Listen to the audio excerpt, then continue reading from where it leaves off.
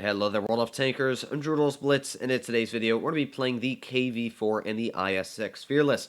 Both of these vehicles did get an armor buff to the front. The KV4 actually a massive buff overall. So in today's video, I'm going to be playing both of these tanks live for you guys, telling you if I feel the buffs, first of all, were actually substantial and made the tanks more enjoyable, better heavies overall, and as well, if it's worth it to pick up yourself an IS-6 or the KV4 to maybe grind down the line, get the IS-4. In today's video, I'll be letting you know my personal opinion. Of course, you guys once again voted on the poll, and an outstanding number of you wanted to hear about the new buffs and hear about the tanks and everything like that. So of course, if you didn't get to vote and you're new to the channel, please make sure to click that subscribe button down below, so that way the next time I do post a poll, you guys can vote on what videos you want to see.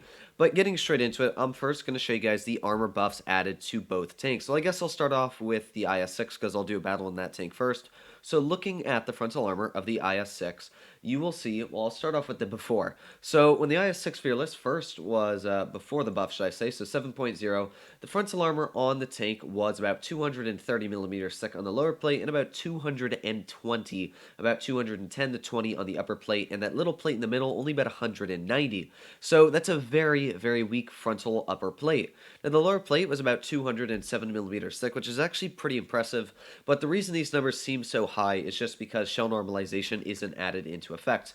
Now the turret on this tank did not receive any added armor, but when we take a look at the after buff, you can see that the upper plate got a massive buff. Instead of it being about 230, it's now about 260 on the lower part, and the upper part is now about 240. So it definitely was a massive buff to the front, and that little plate in the middle is now about 215 millimeters thick. So it definitely is quite a bit more armor added to the tank overall. So let's get back into World of Tanks and let's try out the IS-6 and see how it does work. So I don't really think this is going to make much of a difference against most tier 8 heavy tanks like the IS-5. Yeah, it might struggle. Some of the IS guns are probably going to bounce, I'd say 50% of the time, but premium rounds are easy going to go right through the IS-6's hull. The thing is that this is going to be great against medium tanks that don't have the best pen, stock vehicles. You're going to be able to bounce even premium rounds from some of the medium tanks, like let's say a T-54 Mod 1. It's got about 250 millimeters of premium pen, which means that, yeah, it's actually going to struggle to penetrate through the frontal armor of an IS-6 even with premium rounds. So if you're using your decent 6 degrees of gun depression, angling up that hull, you can actually get pretty much auto ricochets all round every day right on that upper plate. Now I will say the IS-6 turret is very weak. As soon as you do turn it, it's sort of like an IS-4 but much weaker. So if you turn the turret to the side at all on the IS-6, it's very weak to pen it. So that's one thing you still need to make sure that you don't do, is turn your turret to the side when you have two opponents looking at you. Just keep it steady and make sure to bounce the shells from both opponents. Now you still also have the cupolas on the top, which make it very weak, sort of like an IS-5. So when you're face hugging, it's still possible to take this tank out. It's not overpowered in my opinion. I did a couple games, but I definitely feel it actually did make a difference, making it one of the strongest tier 8 heavies you can get out there. So let's take a look at what we are up against. We've got the Luva. That's probably not going to struggle to penetrate us. And they only have the Carnarvon. Other than that, they really don't have that many heavies. So I'm going to push the tank actually to position up here. That way my upper hull does act so much more effective. And let's tap a shell right into that Luva, and there you go. You can see ricocheting that shell right off of the upper plate of the tank. So that is what the IS-6 Fearless, or not the Fearless, but the IS-6 is all about. It's going to be this super thick tier 8 heavy tank now. So there's our second shell tapped into that Luva, already taking off half of that guy's hit points. I love that we have that 400 alpha gun. And this tank actually has, I think, a little bit more accuracy than your stock standard IS-5. So let's keep an eye on that Luva. Let's see if we can pen a heat shell. Oof, that shell went a little bit to the side there. But as you can see, you can pen right through that turret. That is the biggest weak spot with this tank. So let's keep an eye on that Luva. Once again, I know we can actually pen it with heat right through the turret, but one issue with the Russian guns is, as you can see, it's pretty much inaccurate as everything else. So I literally had a very easy shot that most heavy tanks wouldn't struggle to pen there. But yeah, the IS-6 definitely struggled to pen that. So again, let's aim right at that Luva's turret, and ooh, I would love to hit that turret, but it doesn't look like we're going to be getting that shell out. So we've got the ISU-152 pulling out right here. Let's get a nice little snap. Ooh, hit the track wheel too. That was a lot luckier than I thought that shell was going to be. But you can definitely see that from the armor profile, we have bounced a couple shells in the upper plate. it's definitely done the job I wanted it to. There we go. Finished off the Luva for an astounding 1 hit point of damage. But now the Pantera, this guy, does he have the max gun? No, he does not. So the Pantera is really, really going to struggle to penetrate the tank. And this is where, as I said, against stock guns, this vehicle is going to be just monstrous. So, of course, it can pen us in the side, but I'm really not worried at all. You're just going to see, well, this guy's not the best of players, but it really has a great front, which is something that's really nice, is that you can brawl with all types of mediums now, and you don't really need to worry about your hull being very weak. Nice HE shell there by the KV4.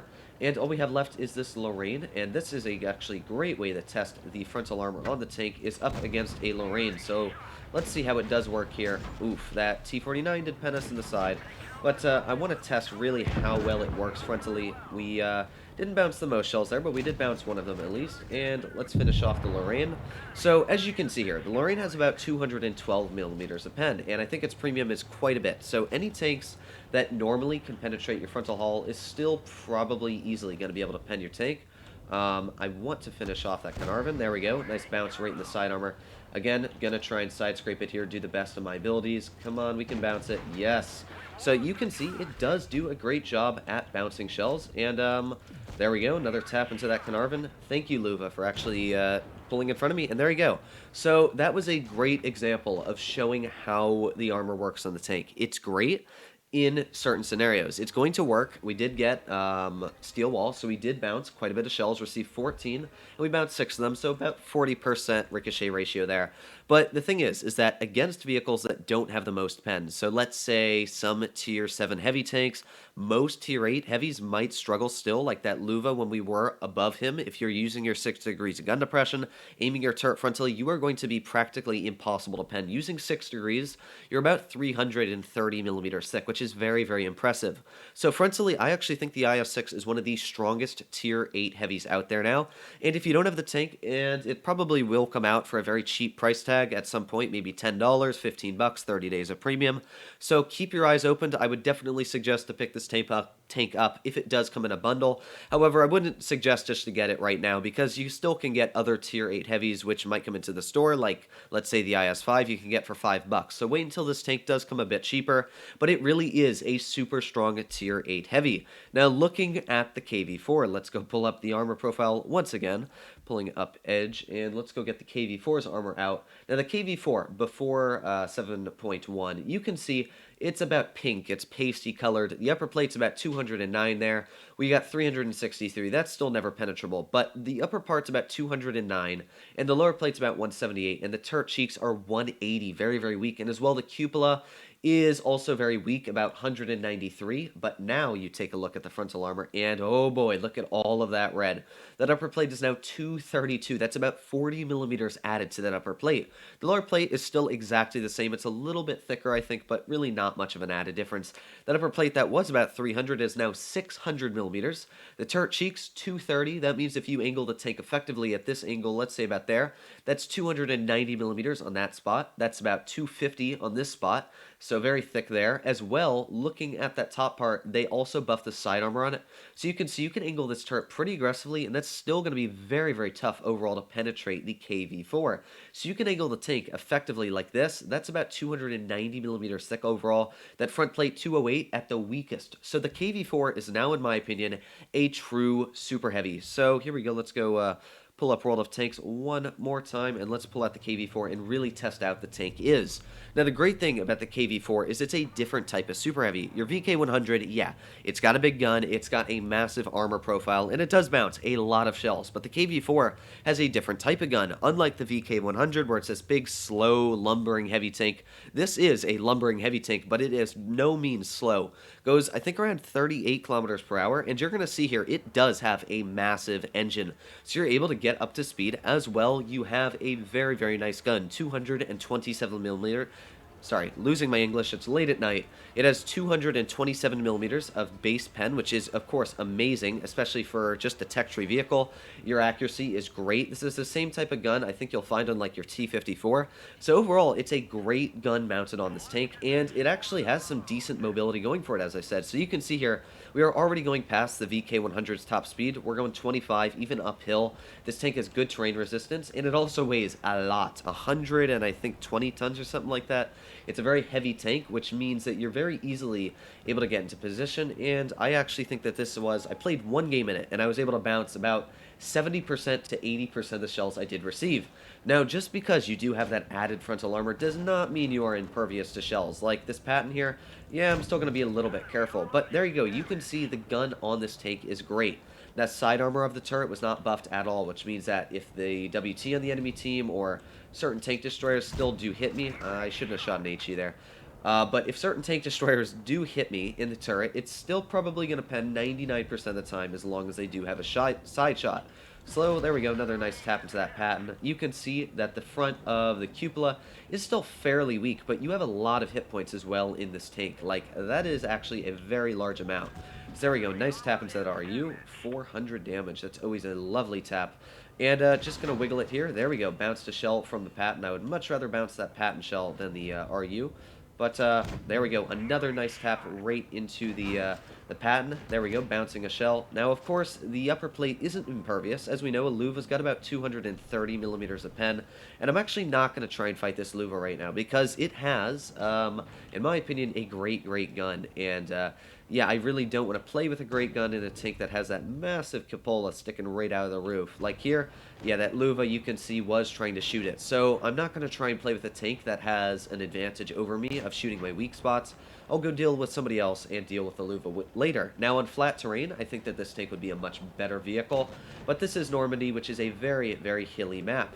So here we go, another nice tap right into that pattern. It is really nice to have a great damage per minute on this tank as well, great accuracy, and like this lightweight, I'm really not worried at all penning me. And again, we just have amazing pen, we've got a great gun, I'm really not worried at all about these tanks penning me, which is really nice to, you know, it's just a nice little added benefit on this tank. So it's all that's left is really this lightweight, and again, bouncing me even with premium rounds, as you can see. Just a little skirt there on my tank. The lightweight lost quite a bit of hit points, and yeah, that was a very easy and effective battle, just to show how effective this tank is in the correct scenario. So all that's left is that RHM. I would love to get an HE shell into this guy, but I doubt we are going to be able to. Actually, we were just not able to there. So that was a great game to show the armor profile as well of the KV4 against tier 8 heavy tanks. It's going to be great. In fact, you can see here we did well against tier 9 mediums with 240 millimeters of pen like that pattern. So it's a great tank in my opinion. In fact, if you don't have the KV4, I would 100% recommend to grind up this line to pick up the tank. The KV3 got a massive armor buff. Now the KV4, the ST1 is one of the best tier 9 heavies in the game in my opinion. And the IS-4, of course, probably is the best tier 10 heavy currently you can get your hands on. So let me know in the comments down below what you guys think, but honestly, it's great.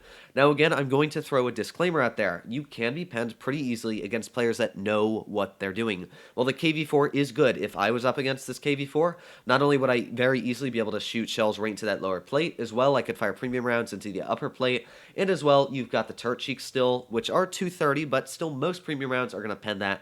And if worst comes to worst, you can very easily shoot that cupola, which pretty much all shells are going to hit. If you do hit the center of it, right where the gun is, you're pretty much going to pen guaranteed 10 out of 10 with about 200 millimeters. So while this tank is going to be extremely hard to pen, it's still going to be balanced. But I do think that this is going to be a great tank for tournaments. Overall, it is a great vehicle. There's just one thing I want to see. How much does this tank weigh?